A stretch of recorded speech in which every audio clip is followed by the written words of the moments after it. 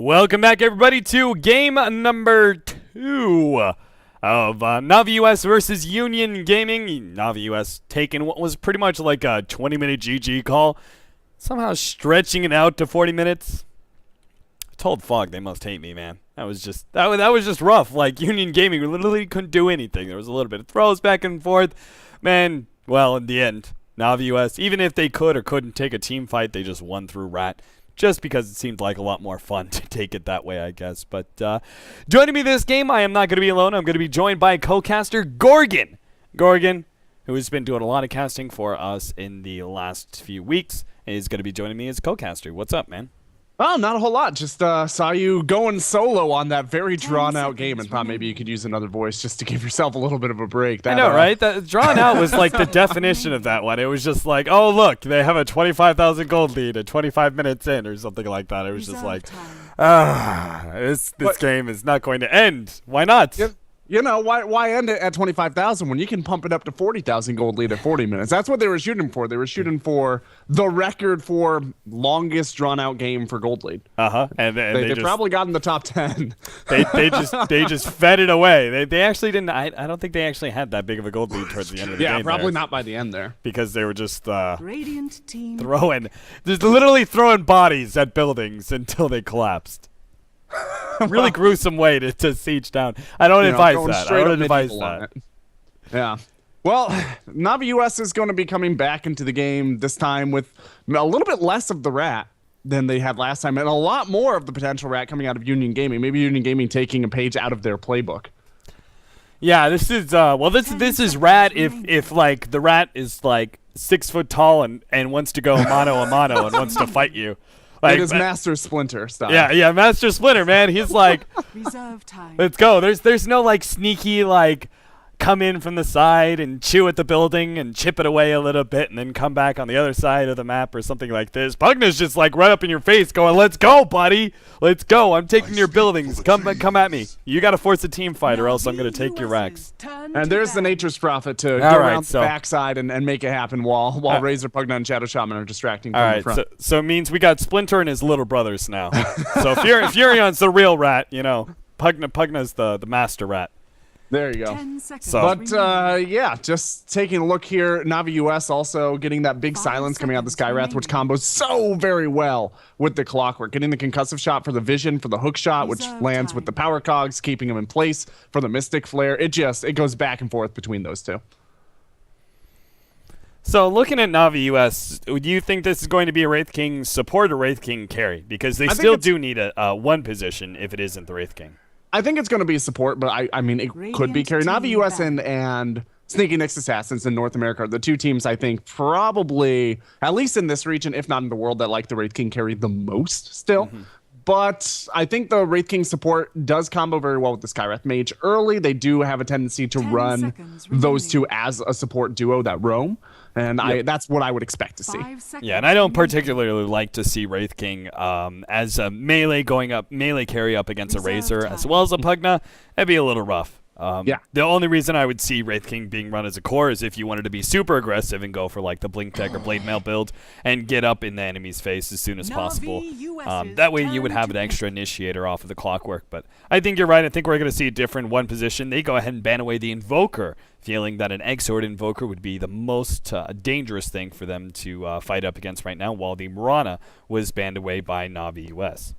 Yeah, that's interesting, the Invoker ban. That tells me that Union Gaming is thinking maybe Viper's going to be the one, and there could still be a mid coming out from Navi US, which wouldn't be the worst choice in the world, I guess. I don't really see why you would necessarily need to get a different mid other than the Viper up against the Razor. If you're going to have somebody, the Viper's all right. He's got that orb walk, and Razor's just difficult to deal with no matter who you are, though.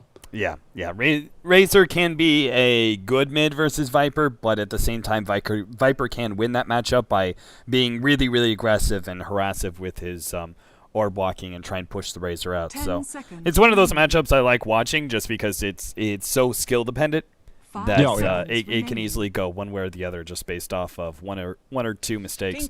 And Tinker going to be the last pickup from Navi US. So, alrighty then. It looks like Union Gaming had it pegged. That should probably be your mid Tinker with a 1-position Viper, a support Wraith King and the Skywrath Mage, and an off-lane Clockwork coming out of Navi US. Union Gaming, it looks like off-lane Nature's Prophet, a mid Razor, a 1-position to come, and Pugna Shadow Shaman supporting. So I'm going to classify Tinker as the exterminator.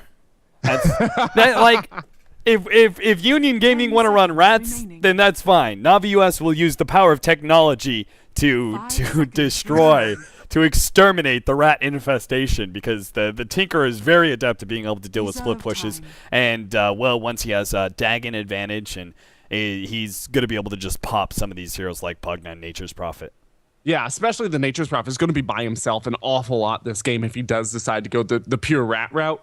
Mm-hmm. That Tinker is going to be very adept at just coming in, just out of line of sight, blinking in, sheeping, Dagon, missile, rocket, rearm, do the same thing over and over again until Nature's Prophet is no more.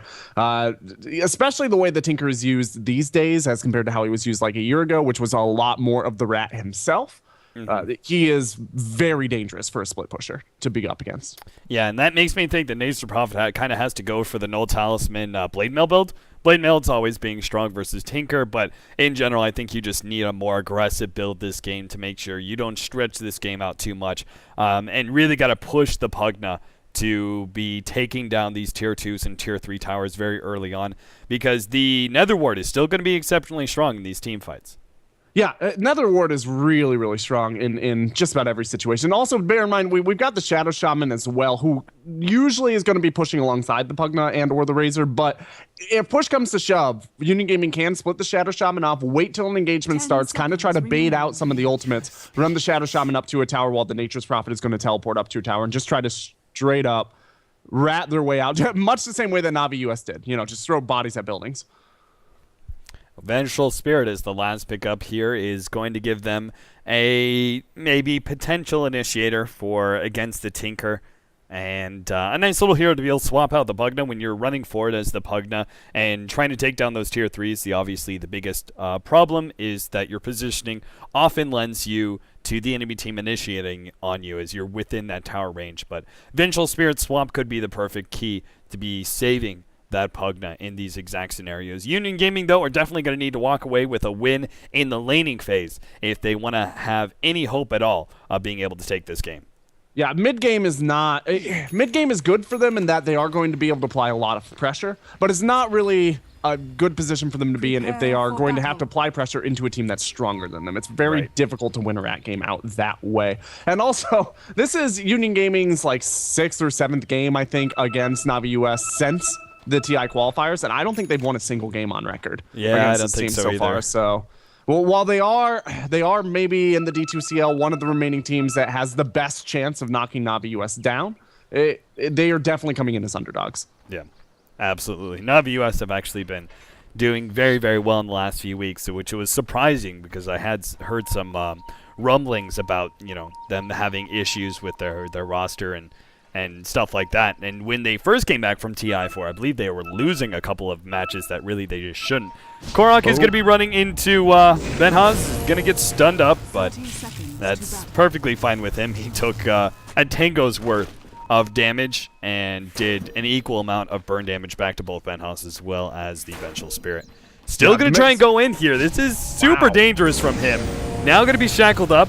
Follow-up magic missile stun. He's still trapped inside the cogs. He's going to go to the left side where Benhaz is at. They do have another Decrepify up in just a second, which will be able to help Benhaz get a little bit closer, but I'm not sure if he's really going to be able to do this. What do you think about the decision of him going for the Decrepify, though, at level 1? Feels like they definitely could have used another blast there. Yeah, the Decrepify didn't really help them close the gap as much as I think they were hoping the Decrepify along with the magic missile was going to be enough, right? But they just weren't quite positioned. I think they were just as surprised as we were that Clockwork went in a second time. Yeah. I honestly, it's just like, I think it's one of those scenarios where you're like, oh, if I could slow him down, we'll be able to stun him. But then you're like, yeah, but it's a Clockwork. He's just going to cogs, and you really won't be able to do much else besides just the magic missile stun. Stun onto Xander. They're going to try and go for a quick first blood here with this Invis rune. And already slowing down Xander enough. A couple more right clicks. Fogged is going to be held in by the shackles. Oh my god, way too sexy. Does like max damage with that last hit. And manages to take down the Vengeful Spirit when I thought she was going to live with just a sliver of health. That is not going to be the case. And meanwhile, Citadel will try and force back a rise in this middle lane. But all in all, Navi US walking away with an early advantage in the laning phase. Something that we warned Union Gaming need to make sure that does not happen. Yeah, it's really painful too, because that Vengeful Spirit does not have a very good mana pool. And she's not only used her own magic regen at this point, she's also used her laning partners. At least one was gifted to her. So at this point in time, they have to be extremely careful about how they're going to actually commission those stuns. And that's going to make it more difficult for them to find the opportunities they need in order to take an advantage down in this bottom lane. This is twice now. Whoa, concussive shot goes off and hits Xander rather than the Pugna, which I think he was hoping to hit there. But this is 2 games in a row now where I've seen Fogg try and be ultra aggressive with his Skywrath Mage, placing himself in the off lane just to be able to help out that off laner. Now, this time around, he won't be able to pick up the absurd number of early kills that he did, like he did in Game 1, but he still managed to help out Korak enough to be able to give him enough laning presence to pick up level 2. And if they found a good opening, Clockwork with Boots is pretty dangerous. Yeah, Clockwork with Boots and a concussive shot nearby as well. You know, that is a recipe for disaster for Union Gaming. And the better this Clockwork can do in the laning phase, the quicker he's going to get that 6. And when 6 comes out alongside that Skywrath Mage, it is devastating for any team who wants to have anybody kind of remotely by themselves, not near the rest of their teammates, which Union Gaming is kind of built a strategy around that. So, and look at Fogged. He knows there's a regen rune up at the top lane, so he's just spamming out a whole bunch of mana on Citadel, trying to do as much harassment to make full use of that regen. And seeing as they have a Tinker who doesn't really need that regeneration for himself. Korak is slipped himself into the enemy jungle here and is going to be taking advantage of the neutrals that they're farming up right now, trying to steal half of that experience. He did also get himself a ward up at the same time on the Magic Bush, which should be able to block that out. That camp out for future references. He tried so hard to get that ward up in the early game, couldn't quite get it, but he did get a little bit of experience off those neutral camps. So all things said and done, I think it's better for him to get that ward up now than it would have been for him to get it up earlier.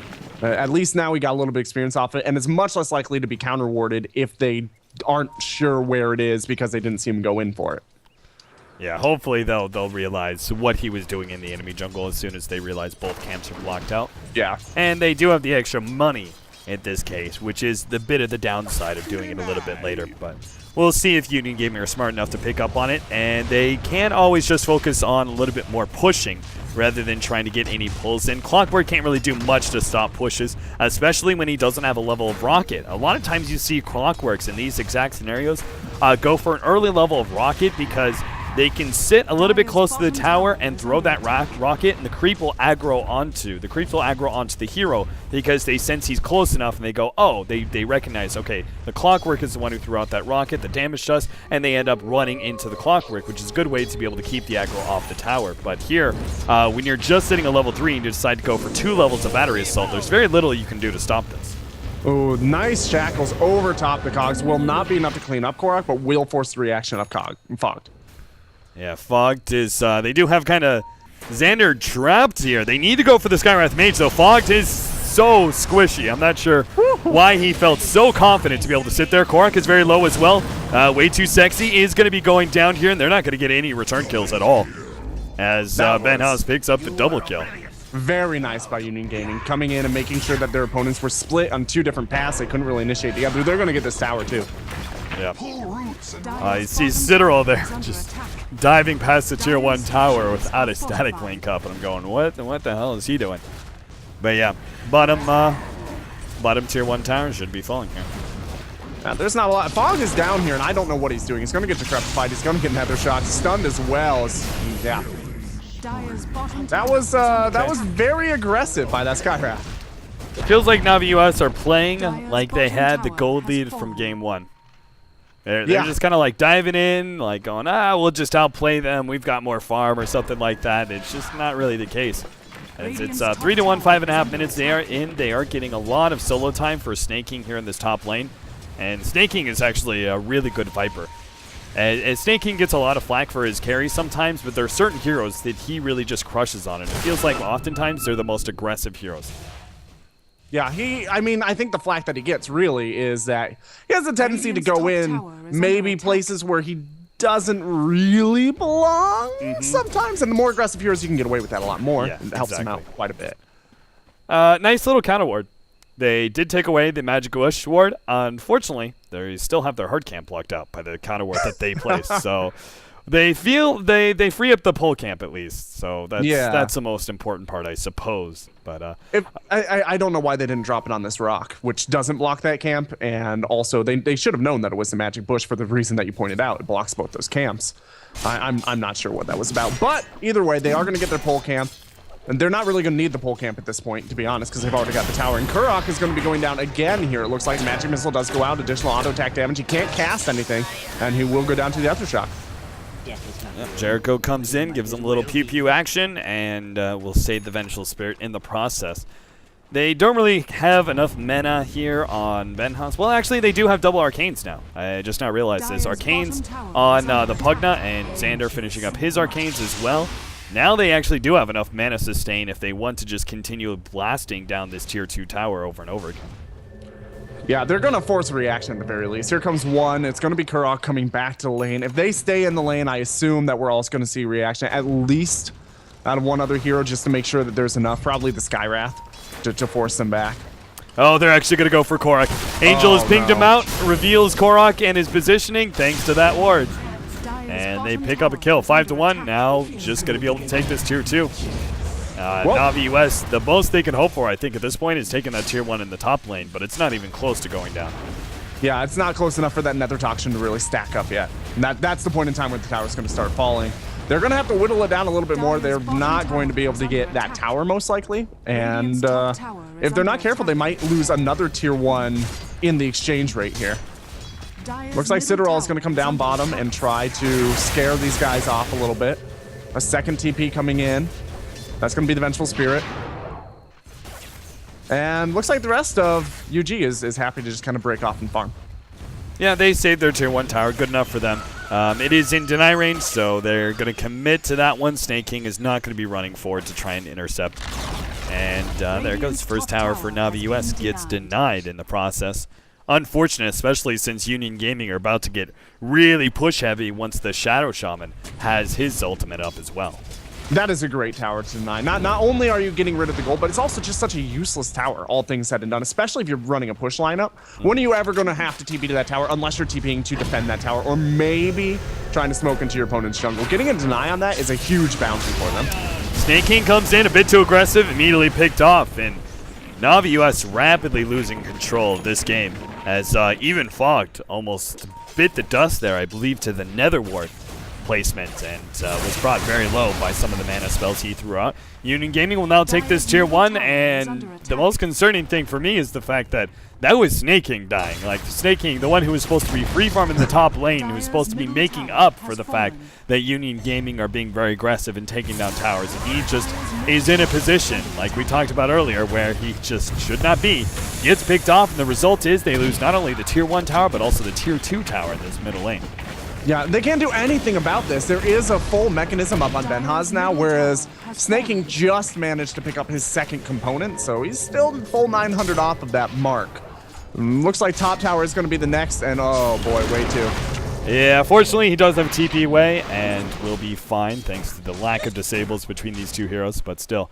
They kind of have everything they need to just continue the push and go for the top lane, and that'll be every single, if they manage to just 5-man top and Navi US lose a team fight, that's going to be every single outer tower before 15 minutes.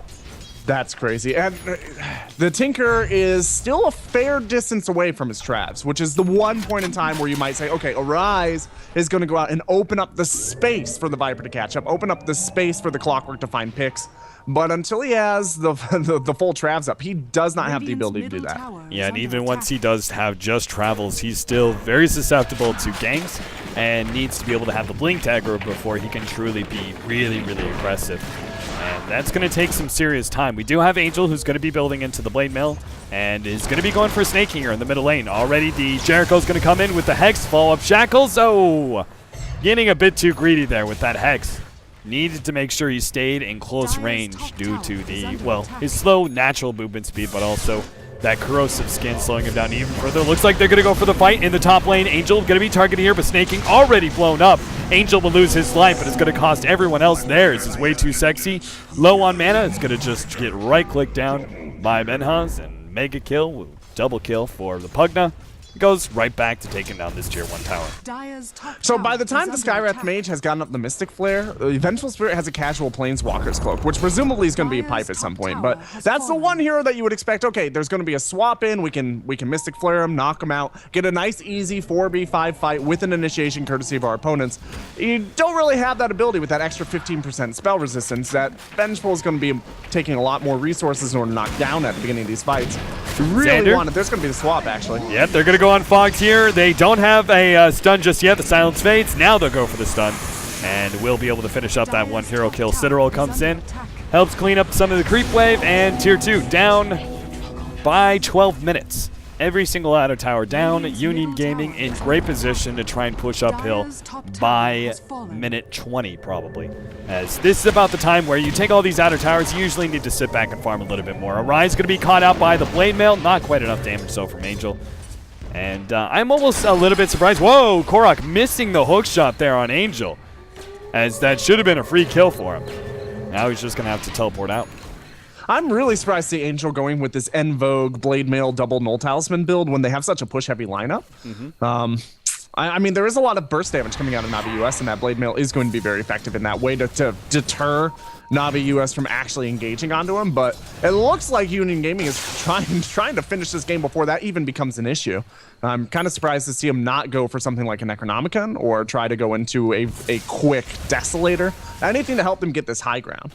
Or even an early Orchid, which I've seen some builds from this Null Talisman build. If you do really well in the beginning and you're able to take down towers like this, they go, okay, I can get a Blade Mail, which is a nice option, but it's more defensive. If I have this much gold, what about an Orchid? Which still allows me to be the same genuine like right clicker and really take advantage of those early Null Talismans. But when you have such easy heroes that Orchid is really efficient against, why not go for that more expensive item? Which he would pretty much have right now if he didn't go for the Blade Mail. I mean, that's what he would probably have, about 3,500 gold or so, which an Orchid is how much? 4,100? Orchid is going to be 40, yeah. Yeah, so he'd be very, very close to having a full-up Orchid right now, which would just devastate the Tinker. Yeah, especially at 13 minutes while Tinker's sitting on nothing but Soul Ring Boots of Travel. There's that mechanism coming out from Benhaz. The Servants are going to be dropped on the high ground inside of the cogs. The Korok is going to be forced back. Yeah, the problem is this Blade Mail just isn't enough to threaten the Tinker by itself. You need more than just one Blade Mail, as he may get a little bit low, but so does the Furion, and all Tinker has to do is go right back to base, bounce back in again. They are beginning to be threatened by Way Too Sexy, who's going to take some time to farm up. Way Too Sexy being one of those premier. Korok actually finds one. Will be able to catch out the Shatter Shaman. Doesn't look like they'll be able to get Angel as well, though. And there in the mid lane, the Wraith King is going to be able to teleport out. No problems there. They managed to, I mean, they dropped the wards, which got farmed out. They got half the tower. So when they're up this much gold, I don't know, it's tempting for them to think, okay, we can just continue to feed in gold because we're so far ahead. As long as we get that one Rax before Navi US really gets into steam, then we're good. But I would be worried about moving up and dropping another set of wards on that tower without the ability to really defend the push. Yeah, Navi US are going to try and force a team fight underneath this tier 1 tower. We do have Benhaz already kind of setting up for it. He's also got a Blade Mail, so they do have double Blade Mails. Arise has to really be careful now. If they get a third Blade Mail, it's kind of like, okay then. There's some serious problems for Arise. Potential stun. Xander will come out. Stun up Arise. Now the teleports come in. Xander will be targeted here. Gets off the swap. He sacrifices his own life in exchange for positioning the rest of his team. Blade Mail not enough to finish off Arise. The rest of the team of Navi US trying to get themselves out. Snaking will teleport out. Everybody managed to get themselves out thanks to Korok also hook-shotting an ally. And a very clean extraction by them. Yeah, much better for Union Gaming, though, to lose the Vengeful Spirit than to give the gold bounty from that tower up. True. Every minute that they can keep this enormous 10,000 gold lead is another minute that they have an opportunity to move up on that high ground. And the experience is small, negligibly even in favor of Navi US, but the experience has not swayed more than 1,000 in either team's favor all game long. So in terms of the actual being in lane and getting things done, getting out into the map, both these teams are very, very even. The only real significant lead we have are from those early towers.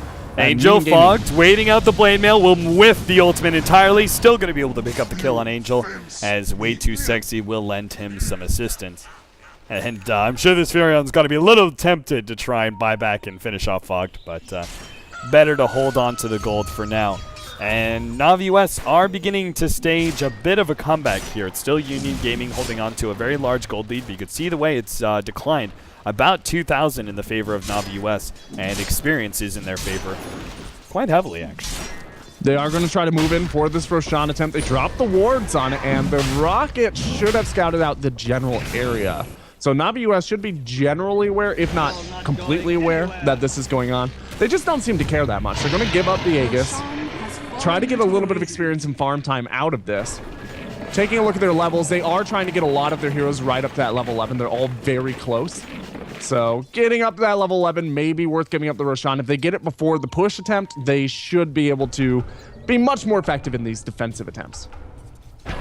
Yeah, certainly. And now that Arise has at least the maxed out rockets and soon to be some extra levels in the laser, like if any hero takes advantage of such a small extra bonus time, like a minute and a half like that, it's going to be the Tinker who can farm all over the map. Now the ward is going to be the first target here in this bottom area. Xander getting low is going to be threatened here by the ultimate that gets dropped, but Xander still not getting picked off. Snaking is actually not going to be able to finish him off. Jericho, meanwhile, initiated by Korok on the left-hand side, and he's actually going to be shackled up. Jericho finished off. Citadel still trying to go for that kill. Korok walks himself away. Citadel with the haste rune is going to be able to keep up with him, but needs to be able to finish off. There goes that Aegis Snaking, getting zapped now by the Eye of the Storm that still remains, and Citadel will come back with nothing to be able to face. So really, Navi US coming away from that engagement doing okay, except for the fact that they lost the Tinker due to the blade mills.